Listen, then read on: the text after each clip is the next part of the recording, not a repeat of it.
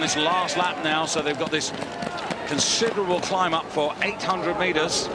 It's work all the way. Johaug getting a meter or two on Kowalczyk. Then they drop down, of course, and then the big climb. And what's in Therese's mind? Where's the attack going to come? 4, 5, 6 meters. No, not just quite as much as that. And Therese Kowalczyk also skis working very well and just closed up there. So Therese trying to get away on the climb, because clearly Kowalczyk skis on the glide doing pretty well. And remember, the floor of the stadium's pretty flat, and Johaug will want to grab every meter of advantage. And now you can see the power of Kowalczyk in second place there. Not prepared to be dismissed by her rival from Norway. Holding a meter or two, but I'm not sure that that's going to be enough. For Johaug's got to press on again here. Has a little look around. She hasn't dealt with her yet. Coming up with just a little bit more than 1,300 meters. In fact, 1,300 meters to go now to the finish line here. And the pressure has kept Follis away from them. And then Johaug presses on again. Asks the questions, and Kowalczyk just hanging on there, wanting to get to the top of the climb. And now Kowalczyk arguably in the better position here, being able to track and trail. Johaug will try all she can to get away from Justyna as the race moves up here. Follis in third place for the podium, and then you've got Bjoergen now beginning to recapture a little bit of her form here, but pretty difficult to see her getting on the podium. On the right, Johaug, on the left here, Kowalczyk, and the race is really on between these two. The little Norwegian has just about got the edge, but Kowalczyk is so strong. And still Therese commands the way here. So confident to go out in front. Swings round now towards the stadium. It feels within touching distance, but remember, it's going to be a big sprint here. And you can see Kowalczyk just breathing on her. Look at the skis of Kowalczyk running really well. A little bit of climb up here, and they just roll over. And Kowalczyk, as she did on the previous lap, just takes it over from Johaug.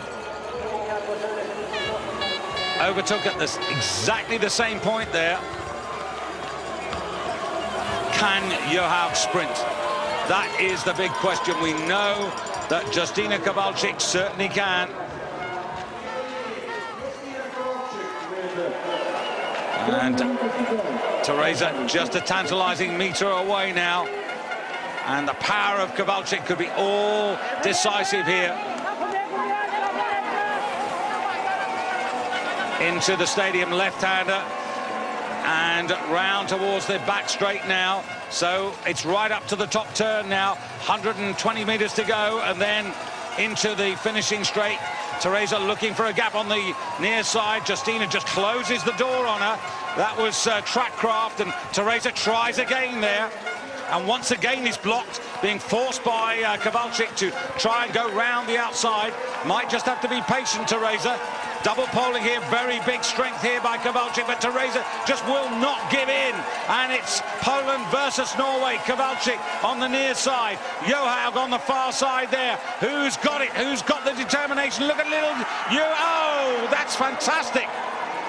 A photograph, the body of Johaug ahead of the body of Kowalczyk, but it's the boot that really counts on the lounge. And the photograph is suggesting Kowalczyk, but I'd like to see that again as Ariana Follis on her own comes through to third place. What a fantastic finish from Johaug. She just will not give in. So tough, so strong. And Marit Bjoergen outpointing Charlotte Kalla, and longer into sixth place ahead of Anna Haag. I think Johaug got it. I really do think that Johaug got it.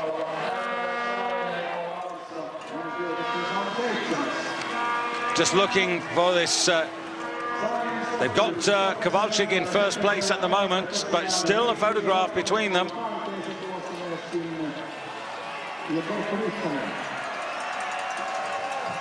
Have a look at this.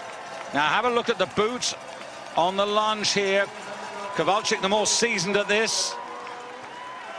And suddenly Johaug just gets her body in front there. Does she lunge in time?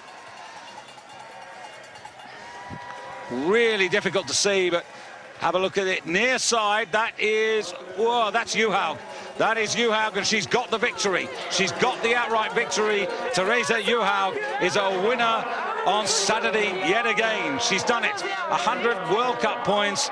She doesn't know, but that is confirmation. Igor Christensen will be delighted, the women's coach, with that. It is Johaug, confirmed, 25:43.9, and disappointed yet again. Justyna Kowalczyk has to settle for second best. It's an awful pit stop change with Kalla fifth, Longer sixth, Haag in seventh, but the front two 23 seconds away, and Vibeke Skofterud across to Therese Johaug to congratulate her. This young woman who is a star as a sportswoman, but her big passions are jewellery and fashion, and I think very keen to make a name for herself in those fields. And with the achievements she's now registering, a huge opportunity to set up her own brand, the Johaug brand. And that is a really special moment, because that victory is probably the best of the season for her in the sense of World Cup racing, because although she had a couple of successes early on in the Kusamo races and the Tour de Ski, they were part of those tours, whereas this is an outright win here.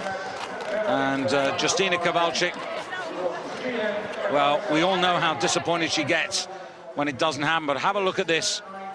All the way round the top turn, Kowalczyk had the advantage. She forced Johaug to go the long way round.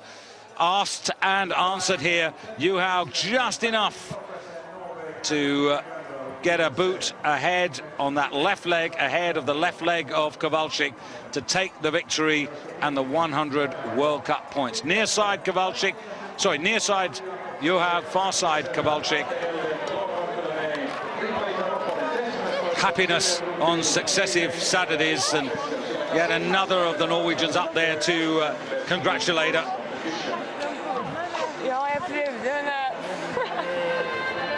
She absolutely is their star of the moment, and that was Ingvild Flugstad Ørsberg coming up to congratulate her. Another racer with a bright future ahead of her. Well, the men's pursuit, that gets underway at 2:15 local time. That's 1:15, of course, Central European time, and back in the UK, 12:15.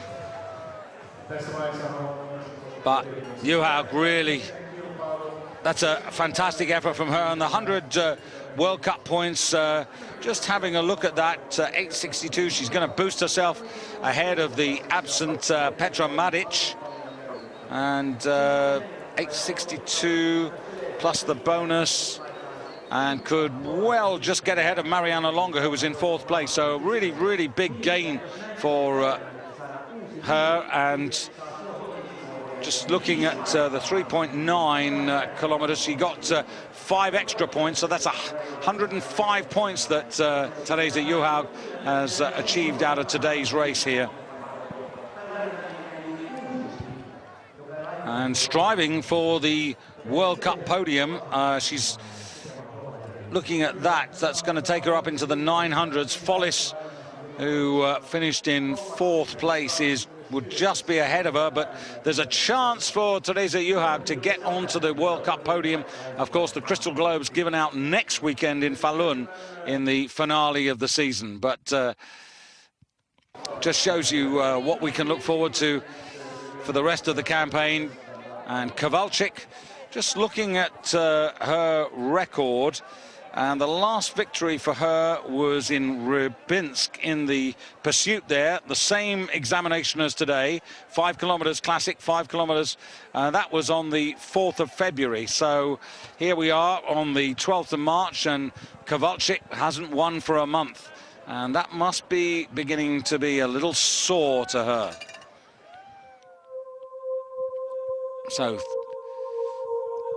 Follis getting 60 points for finishing in 3rd place. Justyna Kowalczyk, neither Follis or Kowalczyk getting any bonus points in terms of the 3.9 kilometer sprint, but Johaug getting 5 and totaling up 105. But it's the sweetness of the victory over Kowalczyk that will be so important to her. Every question she asked, Kowalczyk answered. Kowalczyk had the edge going into the stadium floor. She had to go the long way round, but she was good enough to take the World Cup champion in the last stride. So victory to Norway and Poland in silver, so to speak, and Follis in the 3rd place on the step there. Bjoergen recovering into 4th place after that complete muddle at the pit stop. And the men's pursuit, as I said, to come in just about an hour from now.